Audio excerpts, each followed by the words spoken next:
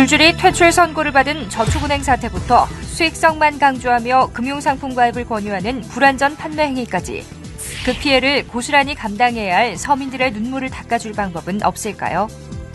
금융소비자들의 피해 구제와 권익 보호를 위한 대책 마련이 필요합니다.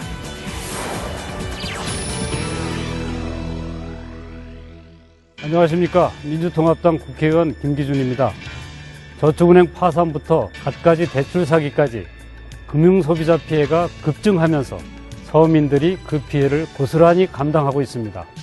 금융소비자를 보호하고 피해를 구제하기 위한 강력한 조치가 시급합니다.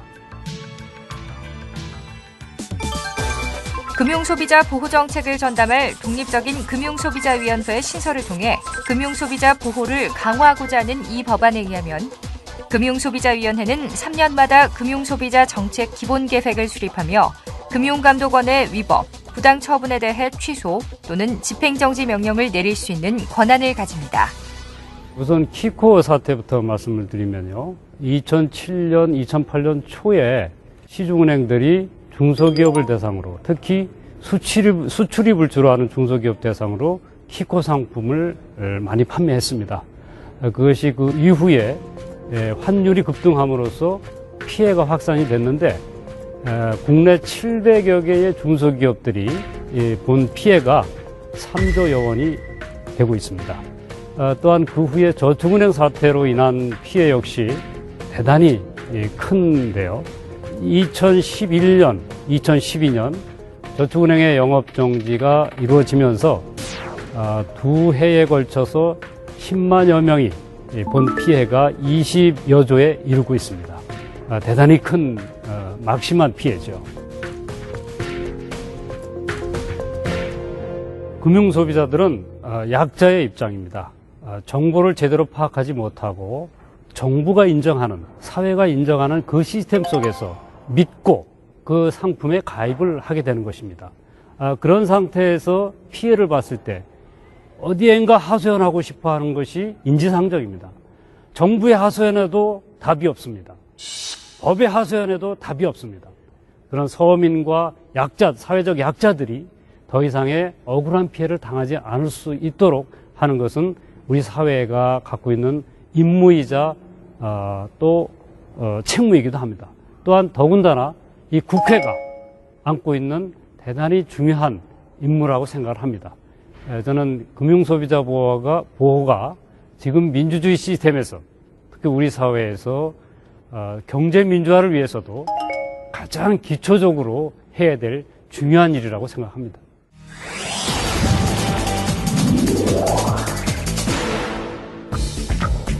(2008년) 글로벌 금융위기 당시 발생한 키코 사태. 환손실을 피하기 위해 은행이 추천하는 통화옵션 파생 상품에 가입했던 수출 중소기업들이 예상 밖의 환율 폭등으로 줄도산 사태를 맞아야 했습니다. 2011년 부산 저축은행 영업정지로부터 시작된 부실 저축은행 퇴출 사태. 평생 피땀 흘려 모은 돈을 한순간에 날려버린 서민들은 또다시 눈물로 억울함을 호소해야 했습니다. 참담하고 암울했습니다. 도저히 믿어지지 않았고 심지어 결혼을 앞두고 갑자기 이런 일을 당해주고 결혼을 미루게 되고 은행, 보험, 증권 등 금융거래가 늘면서 금융소비자들의 상담 및 민원 건수도 증가 추세에 있는데요. 금융권 앞에 약자일 수밖에 없는 금융소비자들. 그들을 대변해 금융소비자의 권리를 찾아주고 적극적으로 피해 구제에 나서는 등 진정으로 금융소비자의 입장에 설 수 있는 금융소비자위원회가 돼야 한다는 것입니다. 금융소비자위원회가 따로 설치가 된다면 얻을 수 있는 기대 효과에는 어떤 것들이 있을까요? 궁극의 목적은 금융소비자들 스스로가 자신들을 이 불공정한 시스템부터 방어할 수 있는 기제로서 금융소비자위원회가 독립해서 신설돼야 되는 것이죠. 그렇게만 될 수 있다라면 어떤 탐욕스러운 금융자본으로부터 또는 무패 무능한 금융관료로부터 금융소비자를 보호할 수 있는 정책적 효과가 크다고 생각합니다. 금융소비자 보호가 금융권의 화두로 떠오르고 있는 지금. 금융소비자위원회 설치로 그 초석을 닦아야 할 것입니다. 본 법안이 갖고 있는 주요 내용을 세 가지로 압축해서 말씀을 드리겠습니다. 첫 번째는 일단 금융정책기능과 금융감독기능을 분리하자는 것입니다. 금융감독원과는 별도의 그러한 소비자 보호기구를 설치하자는 것이 두 번째 안입니다. 그리고 별도로 설치하는 만큼 금융감독원에게 잘못된 것을 시정조치할 수 있을 정도의 막강한 권한을 부여하는 것입니다. 세 번째로 본 법안의 소비자보호위원회는 단순한 감독기구 차원이 아닙니다. 소비자 보호와 관련한 최고의 의사결정기구로서 기능을 할 것입니다. 그렇기 때문에 금융관료와 국회에서 추천하는 위원들이 함께 그 위원회를 구성을 해서 의사결정을 해나가는 그러한 민주적 통제 방식을 도입했습니다. 금융소비자들이 입는 피해는 단순한 물적 피해, 심적 피해가 아니라 생존권을 침해하는 실로 막심한 그러한 피해에 해당이 됩니다. 그렇기 때문에 소비자보호위원회에 막강한 권한을 부여하는 것은 지극히 당연한 처사고 이 시대에 맞는 그러한 일이라고 생각을 합니다. 소비자보호위원회에 대해서 추가로 들어가는 비용이라든가 이런 것은 그다지 크지 않습니다.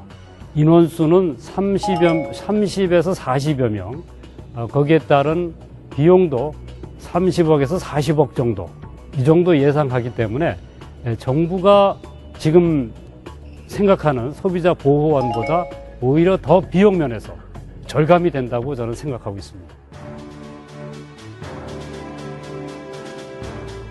본 법안은 발의 과정에서 많은 단체들과 피해 당사자들과 함께 했습니다. 키코나 저축은행 피해 당사자들은 물론이고 소비자운동단체 그리고 노동조합들도 함께 그 논의의 과정에 참여를 했습니다. 법안을 홍보하고 또 공론화하는 과정에서 이들과 함께 할 것입니다. 이제 금융 시스템으로 인한 피해는 인권 차원에서 접근하지 않으면 안 됩니다. 이런 부분들을 동료 의원은 물론이고 다른 당, 여러 정당들에게 호소를 해서 정말로 제대로 된 소비자 보호기구, 이런 보호기구가 탄생할 수 있도록 노력해 나갈 작정입니다. 금융소비자위원회 설치 및 운영에 관한 법률안. 법안이 통과되면 금융소비자위원회가 설치돼 금융소비자정책 기본계획을 수립하며 위원회는 금융감독원의 위법부당 처분에 대해 처분 취소 등의 권한을 갖습니다.